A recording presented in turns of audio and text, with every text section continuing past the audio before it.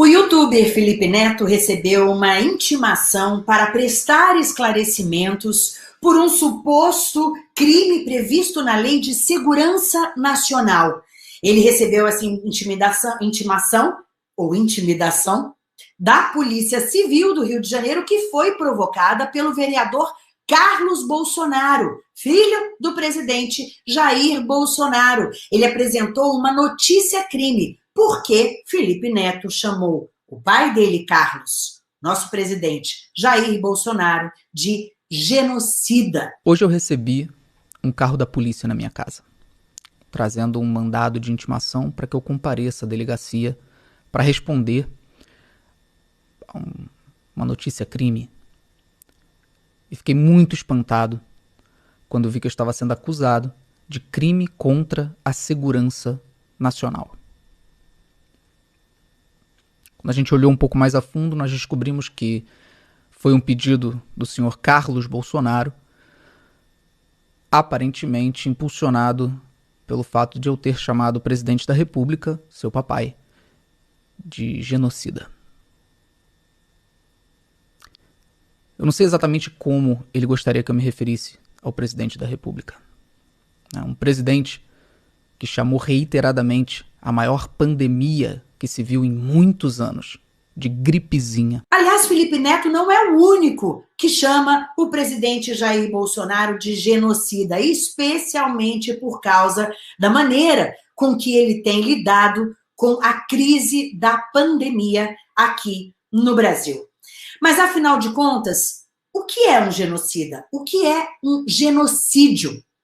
Para explicar para a gente o conceito dessa palavra, para a gente entender melhor por que tem tanta gente acusando o presidente Jair Bolsonaro de ser um genocida, eu convidei hoje para dar uma entrevista aqui para a gente o professor doutor que já está aqui comigo, olha, Rui Martins Júnior, ele que tem um vasto currículo e, sem dúvida alguma, vai poder nos ajudar. Ele é historiador, ele é antropólogo, mestre em História Social da Amazônia, doutor em Ciências Sociais e Antropologia Social e com pós-doutorado em Direitos Humanos, Direitos Sociais e Direitos Difusos pela referenciada Universidade de Salamanca, na Espanha. Doutor Rui, muito obrigada por ter aceito o nosso convite para nos ensinar, nos explicar esse conceito de genocídio e de genocida. Eu imagino que a maioria das pessoas, quando ouve essa palavra genocídio,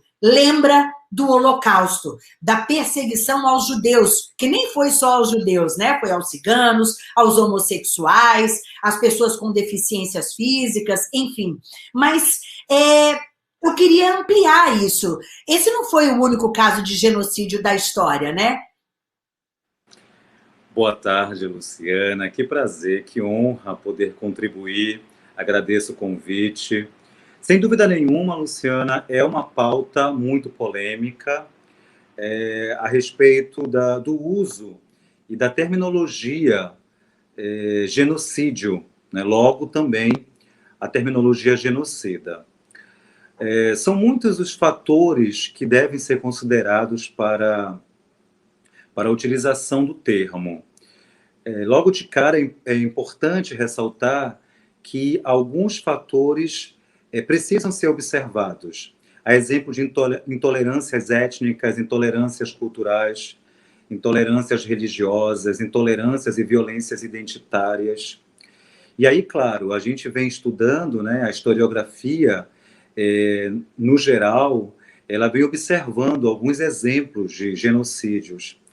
Eu posso já frisar inicialmente um dos que eu considero muito importante de serem pensados na história do Brasil, que é talvez o nosso primeiro grande genocídio durante o período de colonização, quando da chegada dos colonizadores, dos conquistadores europeus.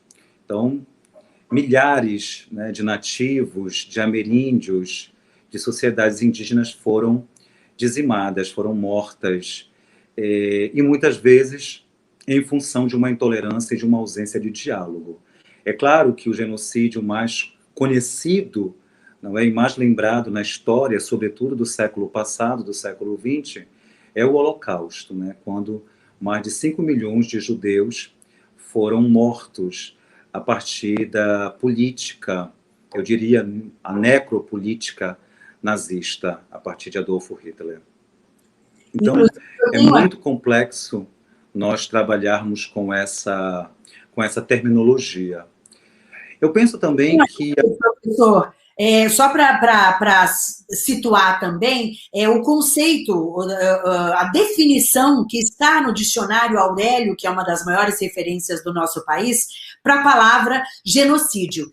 Crime contra a humanidade que consiste em, com o intuito de destruir, total ou parcialmente, um grupo nacional, étnico, racial ou religioso, cometer contra ele qualquer dos atos seguintes: matar membros seus, causar-lhes grave lesão à integridade física ou mental, submeter o grupo a condições de vida capazes de destruir fisicamente, no todo ou em parte, adotar medidas que visem a evitar o nascimento no seio do grupo, realizar a transferência forçada de crianças de um grupo para outro. Essa, então, é a definição de genocídio segundo o dicionário Aurélio. Portanto, Luciana, mas isso também não define absolutamente, completamente, porque por ser um objeto manejável, né, como diria o professor Michel Foucault, as ciências sociais, as ciências da humanidade têm repensado muito a terminologia genocídio, inclusive com alguns desdobramentos, a exemplo de etnocídio, epistemicídio, né, que deriva também da própria ideia de homicídio. Então, é interessante porque o uso do termo, sem dúvida nenhuma, ele levanta uma pauta, né, traz à baila uma pauta muito complexa e muito polêmica. E aí, claro, também isso eu penso que pode ser atrelado numa discussão em relação, né, à política, à necropolítica, e também o uso, né, disso que os colegas da comunicação social, a seu exemplo, chamam de quarto poder. Então, quando do uso da terminologia pelo youtuber Felipe Neto, obviamente que isso gera uma série de desdobramentos e que podem ser reavaliados. Eu penso mais que esse conceito de genocídio, ele hoje ele se torna importante, mas ele precisa também considerar alguns aspectos, não é?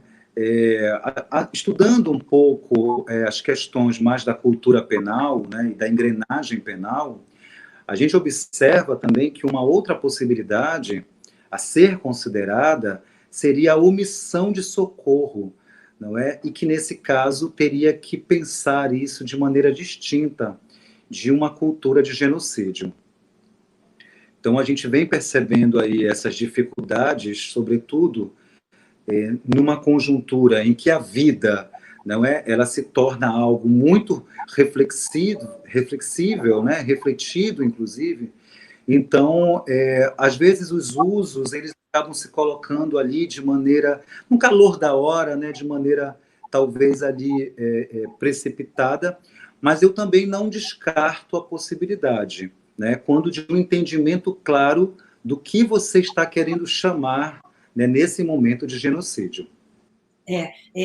Inclusive, no Tribunal de Haia, que é o local onde esses crimes são julgados, né, desde justamente a década de 40, ali, a Segunda Guerra Mundial, eles falam que há muitos pontos controversos mesmo. É difícil, às vezes, você caracterizar um genocídio e um genocida. E eles falam, inclusive, sobre isso, sobre o assassinato por cumplicidade ou omissão. Omissão e também por cumplicidade. E falando em Tribunal de Haia, o presidente Jair Bolsonaro, ele já há queixas por genocídio, denúncias de genocídio contra o presidente Jair Bolsonaro, neste Tribunal de Haia, que fica na Holanda, já foram mais de 3 denúncias diferentes.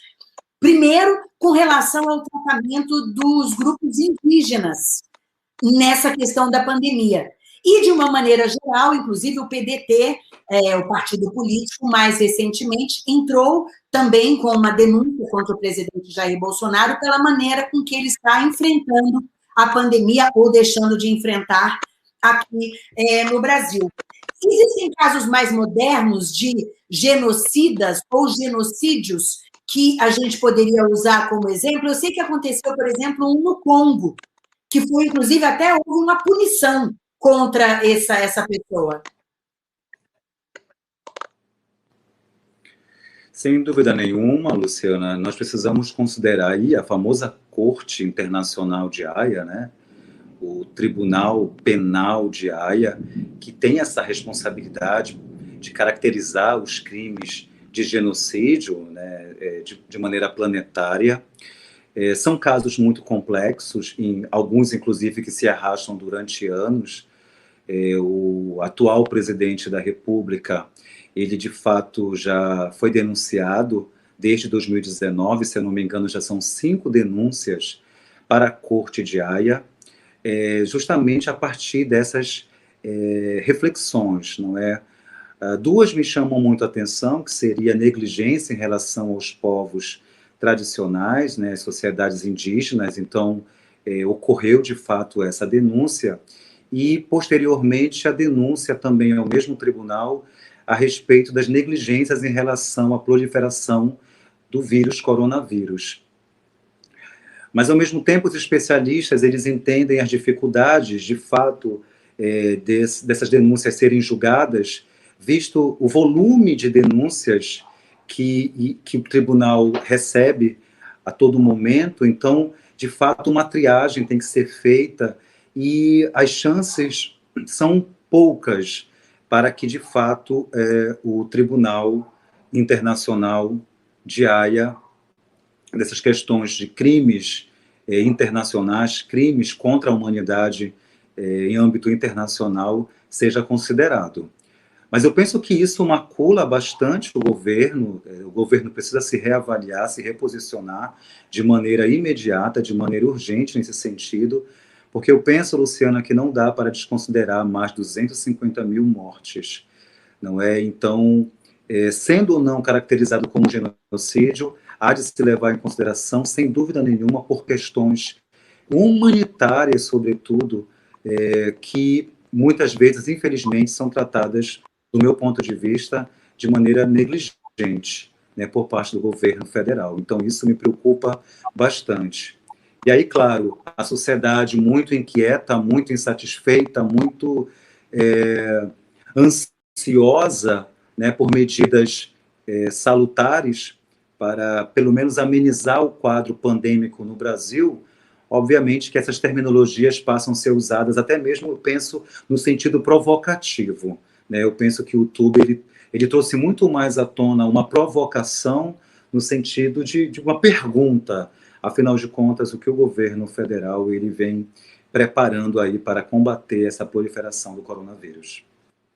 Sim, inclusive Felipe Neto não foi o primeiro e certamente não foi o último também, porque veio uma onda nas redes sociais, até em apoio ao youtuber. Há quem diga que isso é não uma ação direta contra o Felipe Neto, mas sim um instrumento para calar outras pessoas, outros opositores, outros críticos do governo federal, e há quem diga também que isso foi uma resposta dos grupos bolsonaristas depois da prisão do deputado Daniel Silveira, aliado do governo Bolsonaro, ele que também recebeu uma denúncia aí por crime contra a segurança nacional.